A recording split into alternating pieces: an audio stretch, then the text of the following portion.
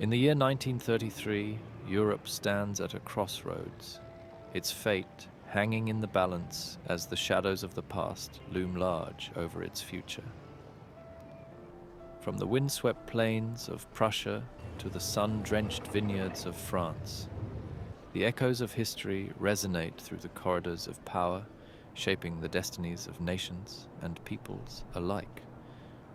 For over 8 decades, the so-called springtime of nations has been a beacon of hope, a rallying cry for those who yearn for freedom and self-determination. Born amidst the fires of revolution in 1848, it ignited the aspirations of millions, inspiring them to dream of a future where justice and liberty reign supreme.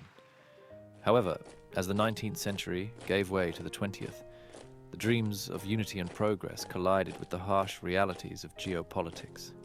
Tensions simmered between the great powers, fueled by territorial disputes, imperial ambitions, and centuries-old rivalries.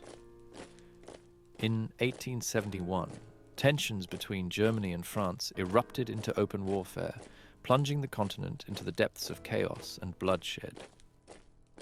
The Franco-German War would leave scars that ran deep, forever altering the course of European history. In 1905, Russia was engulfed by revolutionary fervor not seen since 1848. Socialists, liberals, peasants, workers, non-Russian peoples. They would all rise up against the Tsarist regime.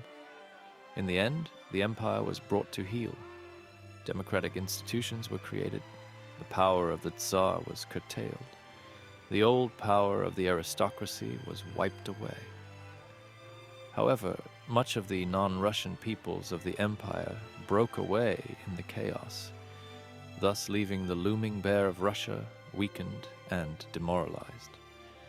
The Agadir crisis of 1911 brought Europe to the brink of war once more, as France, supported by Prussia and Italy, clashed with Germany over colonial interests in North Africa.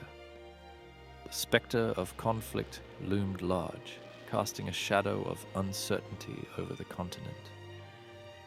The Great War that followed would lay waste to the continent for 5 long years, leaving behind a trail of death and destruction in its wake.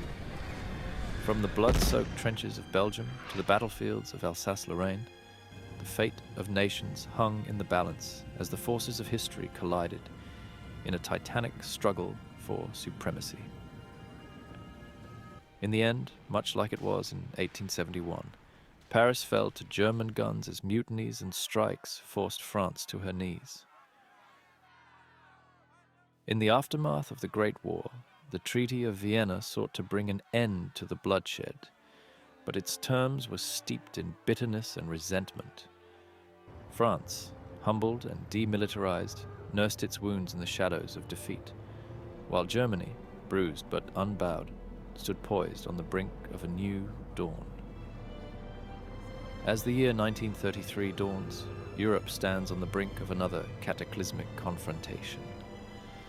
In the wake of economic hardship, most notably the London stock market crash of 1928, and political upheaval such as the ever-present rise of socialism and formation of a new ideology, Neo-Imperialism, the drums of war beat ever louder, threatening to plunge the continent into darkness once more.